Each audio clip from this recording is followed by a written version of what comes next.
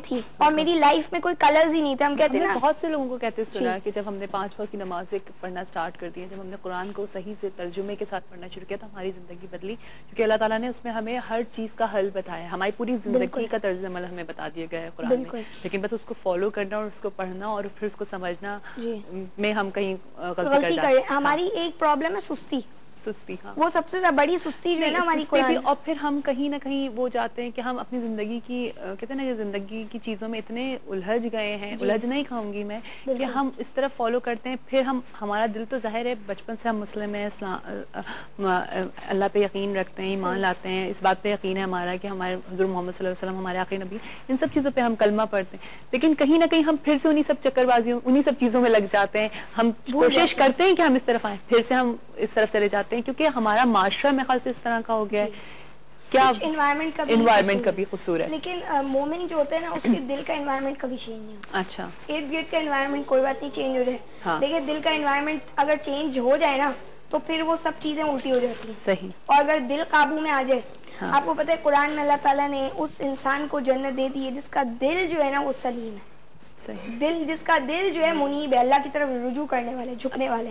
तो वो जो आयत की मैं बात कर रही हूँ, एक सूरा है उसकी आयत है जिसमें ये कहा कि उस चीज की तरफ बुला रहे तुम्हें जो जिंदगी देती है, तो तुम अल्लाह रसूल की पुकार पे लब्बैक कह दो। तो अल्लाह रसूल मुझे और आपको कैसे पुकारेंगे? हम तो मौका ही नहीं दे रहे पुकारने का। किस तरह मौका नहीं दे रहे कि हम कुरान खोलते ही नहीं है। कुरान खोलेंगे, तर्जुमे से पढ़ेंगे, तो हमें मौका मिलेगा कि अच्छा अल्लाह रसूल हमें इस चीज की तरफ बुला रहे हैं। लेट्स सपोज कुरान में कह रहे हैं, अल्लाह फरमा रहे हैं, सूरह हशर की आयत है, या अय्युहल्लज़ीना आमनु तक़ुल्लाह वल तंजुर नफ्सुम मा क़द्दमत लिग़द। ए ईमान वालो, अल्लाह से डरो, अल्लाह का तक़वा इख्तियार करो, अल्लाह का एहसास रखो, और चाहिए कि हर नफ्स देखे उसने अपने कल के लिए क्या आगे भेजे। मैं और आपने अपने फ्यूचर, कल किसको कहते हैं? फ्यूचर को कहते हैं। दुनिया का तो फ्यूचर हर कोई बनाता है, कोई बोलने वाली या बताने वाली बात ही नहीं है। तो अल्लाह ताला ईमान वालों को क्यों कह रहे हैं? लोगों से तो नहीं कह रहे सिर्फ, क्योंकि ईमान वाले भूल जा रहे हैं, वो भटक रहे हैं। तो कहा कि भाई कल के लिए अपनी तैयारी कर लो कि तुमने अपने आगे कल के लिए क्या भेजा है। अब आप देखिए ये कॉल आई रसूल की कि जरा अपनी लाइफ से निकलो, थोड़ा सा इस चीज की तरफ भी नजर करो कि क्या हमने नेकियां इतनी जमा की है कि आज अगर मैं अल्लाह के पास जाऊं तो मेरे पास कुछ हो दिखाने के लिए। सही।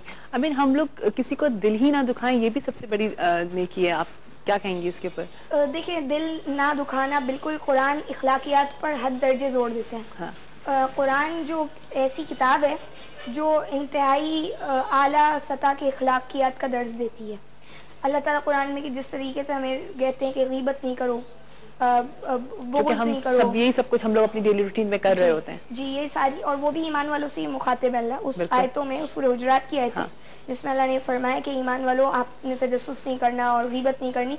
लेकिन देखें मैं आपको एक बात बता दूं, लेकिन समर में आपसे ये चीज़ भी पूछूंगी, हम बहुत से लोगों को देखते हैं कि लोग 5 वक्त की नमाज पढ़ रहे हैं, कुरान पढ़ रहे हैं, पूरा कर रहे हैं, लेकिन कहीं ना कहीं उनका बोलना, उनका गलती कर जाते हैं। उनकी कोई चीज इस तरह की होती है, हमको गीबत करते हुए भी देख रहे होते हैं, हम लोग कर रहे होते हैं। अगर हम अपने आप को भी देखें, हम गीबत, अब हम इसको गीबत में नहीं लेकर के आते, लेकिन हम बोल देते हैं कि अच्छा इसने ऐसे किया, इसने वैसे किया। हम अपने आप को ही अगर देख लें तो हम कर जाते हैं, हमारे मुंह से बातें निकल जाती हैं। तो इसका कितना बड़ा गुनाह है? देखिए ये जो आपने पीछे अभी एक क्वेश्चन किया था ना, वो और ये दोनों मिला के मैं आपको एक ही आंसर दूंगी, क्योंकि एक ही आंसर है। अब हमने कहा ना कि अगर हमने किसी का दिल ना दुखाया तो क्या मैं और आप अल्लाह के आगे मोमिन कंसिडर हो जाएंगे? ये तो एक ऑर्डर है मोमिन के लिए, क्या आपने किसी का दिल नहीं दुखाना या अपने अच्छे हुस्न सलूक के साथ रहना है। और अभी जैसे कि आपने कहा कि नमाजें भी पढ़े और साथ में गलतियां भी करें, नमाजें भी करें, बेहयाई में भी पढ़े। फिर ये बात भी बोलते हैं कि नहीं अच्छा यार, अच्छा चलो छोड़ो, गीबत नहीं करनी, लेकिन फिर हम थोड़ी देर बाद फिर से इन सब बातों में लग जाते हैं। हमारे एनवायरनमेंट में इस तरह की चीजें हो रही थी कि हमारे मुंह से कोई बात इस तरह की निकल जाती है। बिल्कुल। तो इसके लिए कुरान ने फिर ईमान वालों से ही बात की है। सूरह बकरा में कहते हैं, या अय्युहल्लज़ीना आमनु उदखुलू फिस्सिल्मि काफ़ा, ए ईमान वालों इस्लाम में पूरे के पूरे दाखिल हो जाओ। ये एक कदम आगे चलना, पूरे के पूरे दाखिल होना किस तरह से? पूरे के पूरे दाखिल होने का मतलब ये है कि आप अगर 4 बातें इस्लाम की पकड़ रहे हैं, नमाज, रोजा, हज, ज़कात, या गीबत नहीं कर रहे या लोगों का दिल नहीं दुखा रहे, तो दूसरी तरफ से आपने बहुत सारे और दूसरी चीजें छोड़ दे। आप हलाल खा रहे हैं, इस चीज के ऊपर अगर हम गौर नहीं कर रहे, हम वादे तोड़ रहे हैं लोगों के, हम अमानतदारी का लिहाज नहीं कर रहे, सबसे बड़ी चीज है हम कुरान को हमने अपनी लाइफ में सबसे ऊपर नहीं रखा। कुरान की तबलीग जो रसूल छोड़ के गए थे कि अल्लाह की किताब को आगे फैलाना था, वो हम काम नहीं कर रहे। हमने जो है कोई अल्लाह के रास्ते में कभी कोई स्ट्रगल उठाई नहीं है कि अपना करियर हमें तबाह करना पड़ जाए सिर्फ अल्लाह के नाम के ऊपर।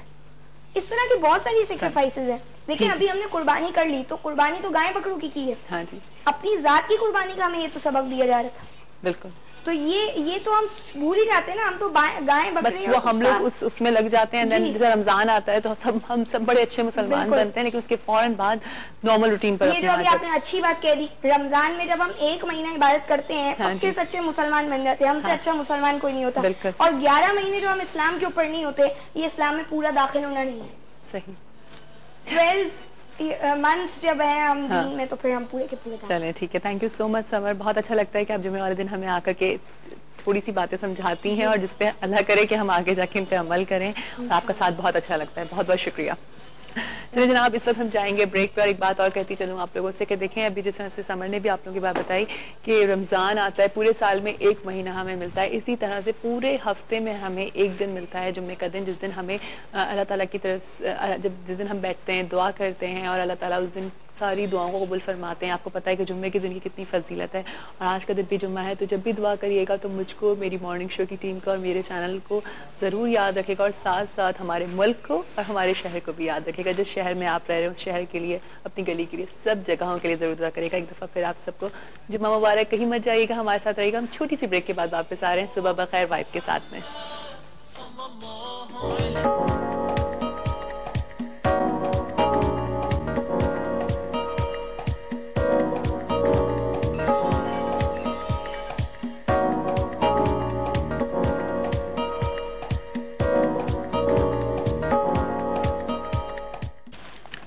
जी वेलकम बैक। दफ़ा फिर आप सबको खुशामदीद करते हैं सुबह बखैर वाइब के साथ में। उम्मीद करते हैं कि आप लोगों की सुबहें बहुत अच्छी होंगी। अच्छा जनाब, जिस तरह से आज आप लोगों को पता है जुम्मे का दिन है, और जुम्मे के दिन हमारे साथ रोशन ज़मीर साहब भी होते हैं। और आज जो हम उनसे बात करने जा रहे हैं, वैसे तो आप लोग उनसे जो सवाल करना चाहते हैं, आप लोगों को जिस मसले का हल चाहिए और आप उनको कॉन्टेक्ट करना चाहते हैं, तो हम स्क्रीन पर उनके नंबर्स भी होते हैं, लेकिन साथ साथ हम उनसे बहुत कुछ सीखते भी हैं, क्योंकि वो हमें इस्लामी कानून के बारे में बताते हैं और जो हमारा यहाँ का जो कानून है उसके बारे में भी बताते हैं। तो दोनों कानून को हम साथ लेके चलते हैं। और इसी कानून के ऊपर मैं उनसे पूछूंगी कि देखें, एक वुमेन राइट्स हम बहुत सुनते हैं, तो वुमेन राइट्स क्या हैं, इसके ऊपर हम बात करेंगे। और अभी हमने खबरों में बहुत सुन रहे थे, अखबारात में, क्योंकि 3-4 दिन पहले एक बिल साइन हुआ है कि वुमेन प्रोटेक्शन बिल है। उसके ऊपर मैंने ये भी सुना, मैं एक दिन आ रही थी तो रेडियो पे आ रहा था कि जी 10 साल की सज़ा है अगर किसी के साथ ज़बरदस्ती किसी लड़की की शादी करा दी जाए, या अब वो जो हम वनी का केस सुनते हैं, या इस तरह की जो हम बातें सुनते हैं, तो उसके ऊपर बड़ी सख्त सज़ाएं। ये बिल्स तो साइन हो जाते हैं, लेकिन क्या इनको फॉलो किया जाता है, लोग इनको फॉलो करते हैं? और एक शिकायत और है जो कि रोशन ज़मीर साहब को भी, हमारे यहाँ की ख़वातीन को है और मुझे भी होती है, कि देखिए जब हमारी जो गवर्नमेंट है या हमारा जो कानून है, वो जब हमें इस तरह के राइट्स दे रहा है, तो हमारे यहाँ ही की ख़वातीन अपनी घरों के मसलों को लेकर के जो है ना घरों के अंदर ही बैठी रहती हैं और वो बाहर नहीं निकलती हैं। ये हमारे यहाँ की ख़वातीन की प्रॉब्लम है। लेकिन उससे पहले आज का सवाल भी बता देती हूँ कि मुझे बताइए कि खून की सफाई का अमल इंसानी जिस्म का कौन सा हिस्सा करता है? आप लोगों ने बताना है खून की सफाई का अमल इंसानी जिस्म का कौन सा हिस्सा करता है। ठीक है जनाब, शुरू करते हैं अपना प्रोग्राम और रोशन ज़मीर साहब को वेलकम करते हैं। अस्सलाम वालेकुम। वालेकुम सलाम, कैसी हैं आप? मैं ठीक ठाक हूँ, आप कैसे हैं? अल्हम्दुलिल्लाह। आप सुनाए, ईद गुजर गई आपकी? जी जी, तो आपके साथ भी गुजरी थी, बहुत अच्छी गुजरी थी, अल्लाह का शुक्र है। आप बताइए आप कैसे हैं? ठीक ठाक है, अल्लाह का शुक्र है। आज आपके वुमेन राइट्स पे, आज हम वुमेन राइट्स के ऊपर बात कर रहे हैं, क्योंकि अभी वो जो 3-4 दिन पहले जब बिल साइन हुआ, तो मैंने उसी दिन सोच लिया था कि मैं आपसे पूछूंगी कि वुमेन राइट्स एक तो क्या चीज़ होती है, इस्लामी कानून भी क्या है, इसमें इस्लाम हमें क्या सिखाता है, और हमारा यहाँ का जो कानून है वो हमें क्या बताता है, हमारे क्या राइट्स हैं, हमें किस तरह से अपनी जिंदगी को लेके चलना चाहिए, एंड देन ये जो बिल पास हुआ है ये क्या है, सारे सवालों का जवाब चाहिए। नहीं नेचुरली देखें, कानून जहाँ तक है वो तो बहुत सारे बने हुए। नया कानून भी, जैसे अभी वुमेन प्रोटेक्शन के लिए एक नया कानून आ गया, बिल पास हो गया। ये क्या बिल है और ये क्यों पास किया गया? ये फिर थोड़ा लंबा टाइम चाहिए। अच्छा। हम नेक्स्ट सेशन में इसको पूरा इसी बिल को डिस्कस कर लेंगे। हाँ। इसमें जो आपने अभी खुद बताया कि वो वुमेन कानून में और औरतों के लिए जो प्रोटेक्शन, पहले भी वुमेन प्रोटेक्शन एक्ट एक ऑलरेडी मौजूद है जिसके अंदर। मगर मैं जो आपसे गुजारिश करना चाहता हूँ वो ये है कि कानून का ताल्लुक ज़्यादातर तालीम के साथ भी है। सही। प्रॉब्लम ये है कि कानून तो बने हुए हैं, हाँ। अब ये पता किस किस को है कि ये कानून बने हुए हैं। देखें, जब बात हुई थी सेकेंड वर्ल्ड वॉर में, चर्चिल ने एक बात पूछी लोगों से कि जी ये लोग उसके पास आए कि जी बड़े हालात बहुत ख़राब हैं, ये सब कैसे ठीक होगा। तो चर्चिल ने पूछा था कि ये बताएं कि अदालतों से इंसाफ मिल रहा है। उन्होंने कहा जी हाँ मिल रहा है। उन्होंने कहा कि जी स्कूलों में तालीम मिल रही है। उन्होंने कहा जी मिल रही है। उन्होंने कहा everything will be all right. इसका मतलब है कानून का तालीम के साथ बड़ा गहरा ताल्लुक है। अगर आपको ये पता होगा कि इसके बारे में क्या कानून है और मुझे किससे रुजू करना है और किस तरह से मैं अपना राइट ले सकता हूँ या ले सकती हूँ, तब तो वो कानून का इम्प्लीमेंटेशन होगा और आप जाएंगे और वो कानून जो है लागू होगा। मगर अगर आप जानते ही नहीं कि आपके राइट्स क्या हैं और आपको ना जानने दिया जाता है कि आपके राइट्स क्या हैं, हमारे यहाँ जो मौजूदा सूरत हाल है पाकिस्तान की, उसमें जैसे 80% आबादी हमारी एग्रीकल्चर बेस्ड है, जिसमें मोस्टली खवातीन पढ़ी लिखी नहीं है। मोस्टली क्या, मैं समझता हूँ शायद 99% पढ़ी लिखी नहीं है। जो उनके ऊपर लोग मुसल्लत हैं वो यकीनन उस कानून को जानते मगर उस कानून तक उनको पहुंचने नहीं देते।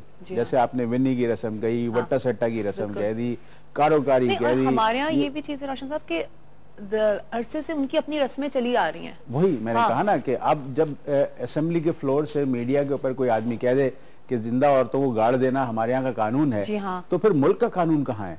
मतलब मुल्क का कानून भी तो है ना कोई चीज कि कोई टेलीविजन पे आके ये कह दे कि मुल्क के कानून को मानता नहीं, तो मतलब ये तो मुल्क का कानून तुम आप नहीं मानते, लेकिन इस्लाम का कानून क्या बताता है? देखिए इस्लाम का कानून भी मतलब बताता तो बहुत कुछ है। जी हाँ। मतलब उसको लागू कहाँ करेंगी आप? देखें वो तो फिर इनफरादी तौर पे हो गया ना कि एक इस्लाम का कानून है, मैं जानता हूँ कि इस्लाम का कानून क्या है, कि उसका हक, आपका हक क्या है या मेरा हक क्या है। इस्लाम ने तो औरत को बहुत सारे हुकूक दिए हर तरह से, उसको जितने हुकूक इस्लाम ने औरत को दिए हैं वो मेरे ख्याल किसी और मजहब में नहीं है। और औरत को जो वैल्यू दी है इस्लाम ने, जिस हिसाब से कि कह दें कि इस्लाम ने औरत के कदमों में जन्नत रख दी, कि माँ के कदमों में जन्नत रख दी, इससे बड़ा और उसको एजाज क्या मिलेगा नेचुरली।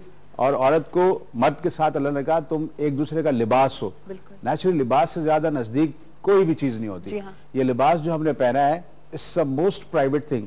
मतलब इसकी खुशबू आप महसूस कर सकते हैं, इससे अपना सतर ढाक सकते हैं, अपनी जेब जीनत कर सकते हैं। इसका मतलब है कि वुमेन्स जो शौहर और बीवी का जो ताल्लुक अल्लाह ताला ने कहा वो लिबास के हद तक कहा कि इससे ज्यादा क्लोज तो कोई चीज नहीं होगा।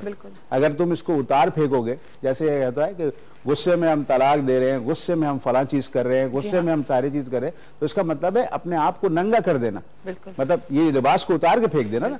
तो जैसे अगर आप उस औरत के हक को नहीं समझते और उसको आप बिल्कुल इंसानों की तरह ट्रीट नहीं करते, इसका मतलब है आप अपने लिबास को सही ट्रीट नहीं कर रहे। इसका मतलब है आप या तो उसको उतार के फेंकना चाहते हैं या आपका लिबास गंदा है या आप खुद गंदे हैं। तो आप उस सूरत के अंदर आपको ये देखना पड़ेगा कि मजहब इस्लाम जो दीन के हमारा जो दीन फितरत है, नेचुरली वो इतने सारे राइट्स औरत को देता है कि ये मुल्की कानून भी इतने राइट नहीं देता होगा। मगर उसको समझना है कि आपको तालीम दोनों तरफ से चाहिए, चाहे फिर दीन की तालीम भी चाहिए और दुनिया की तालीम भी चाहिए। ये एक्ट मौजूद है, कानून मौजूद है। अभी भी वुमेन प्रोटेक्शन एक्ट के अंदर जैसे हैरेसमेंट है, जो वर्किंग वुमेन के हैरेसमेंट की जो बात है, मगर कितने लोगों ने कितनी FIR कटाई है मुझे बताइए? डेली के खवातीन के साथ हैरेसमेंट नहीं हो रहा है? बसों में आने जाने में, रिक्शे में कोई खातून अकेली जा रही हो, 11 गाड़ियां उसके आगे पीछे लगी होती हैं। कभी किसी ने पूछा, कभी किसी रास्ते ने देखा, कभी लोगों ने रोका कि भाई ये है, या उस औरत ने जाके उस गाड़ी का नंबर नोट करके एक FIR कटाई कि जी ये आदमी मुझे सारे रास्ते हैरेस करता रहा आगे पीछे। जारी बात है, मगर हमारा बात आ गई कि हम खुद नहीं जाते, हम खुद जाएं।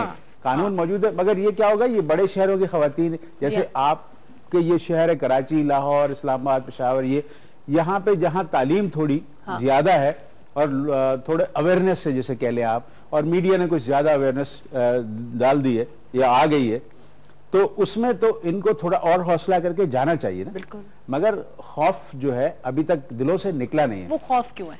वो इसलिए कि पुलिस का इमेज हमारे यहाँ सही नहीं है। पुलिस के इमेज को डेवलप करना पड़ेगा। देखें, पुलिस पे जब तक आप ट्रस्ट नहीं करेंगे तब तक आप जाएंगे नहीं वहां। हमारा ये होता है कि थाने कौन जाए, डकैती हो गई, FIR नहीं कटा, पुलिस वाले तंग करेंगे। लेकिन रोशन साहब यहाँ पे मैं ये भी बोलूंगी ना कि पुलिस ने अपना मयार खुद खराब किया ना। फिर नहीं तो एक दफा एक चीज खराब हो, अगर मयार कहीं से खराब हो जाता है, देखें अच्छे बुरे लोग हर जगह होते हैं, अवाम में भी है, पुलिस में भी है। क्या अवाम भी सारी खराब है? क्या पुलिस भी सारी खराब? तो इसका मतलब सब कुछ खराब है तो यहाँ अफरा तफरी होना चाहिए, अनारकी होनी चाहिए।